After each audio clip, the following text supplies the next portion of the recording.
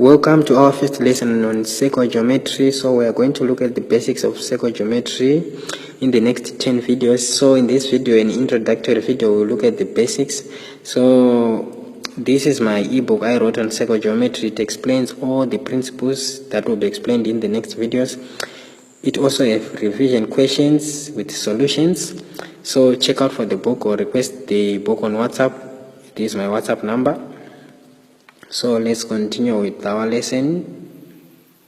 As I said before, we are going to look at geometry on basics. So firstly, we will look at parts of the circle. It is an important concept in geometry. We must know the parts of the circle. So the curve that shapes the circle is called the circumference, and we also have a line that divides the circle into two segments, namely the major segment and the minor segment, and this is called a chord. So this in green is the minor segment, then in purple is the major segment. We also have part of the circumference which bound the major segment is called the major arc, and part of the circumference which bound the minor segment from this point to this point is called the minor arc. So you must remember this concept when dealing with geometry. They are very important. Then we also have this chord which divides the circle into two equal segments. So this is called the diameter. It divides the circle into two equal segments called the semicircles. So it is called the diameter. Then we have the center, which is at the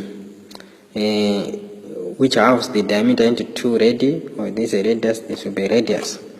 So these are the major important parts of the circle when dealing with geometry.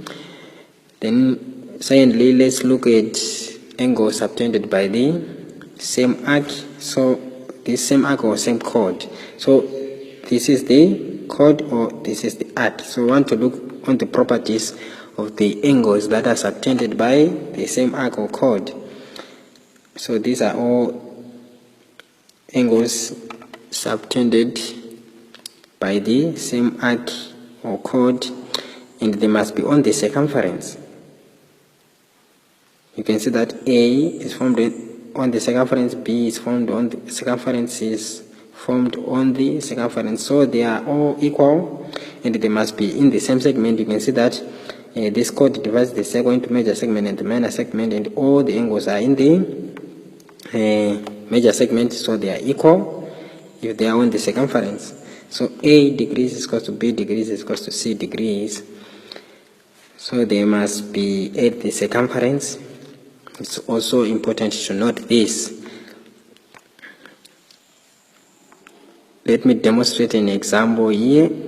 If this is 50 degrees, you can see that all these angles at the circumference are subtended by the same arc or same chord, and this is given to 50 degrees. This means all these angles are also 50 degrees.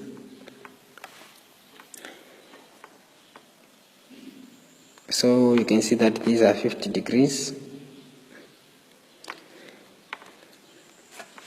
Let's also look at angles subtended by arc or chord of the same length.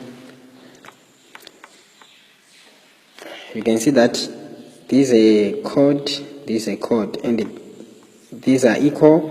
This means all angles subtended by these chords at the circumference are equal. This means this angle and this angle are equal. If this is 20, this will be 20. So angles are equal at the circumference if they are subtended by the arcs or chords of same length. Another example, you can see that these two chords are also equal. This means the arcs are also equal. Therefore, angles subtended by these two chords or arcs are also equal in the circumference. This means if this is x, this is x. So these are equal because they are subtended by the arcs or chords of the same length.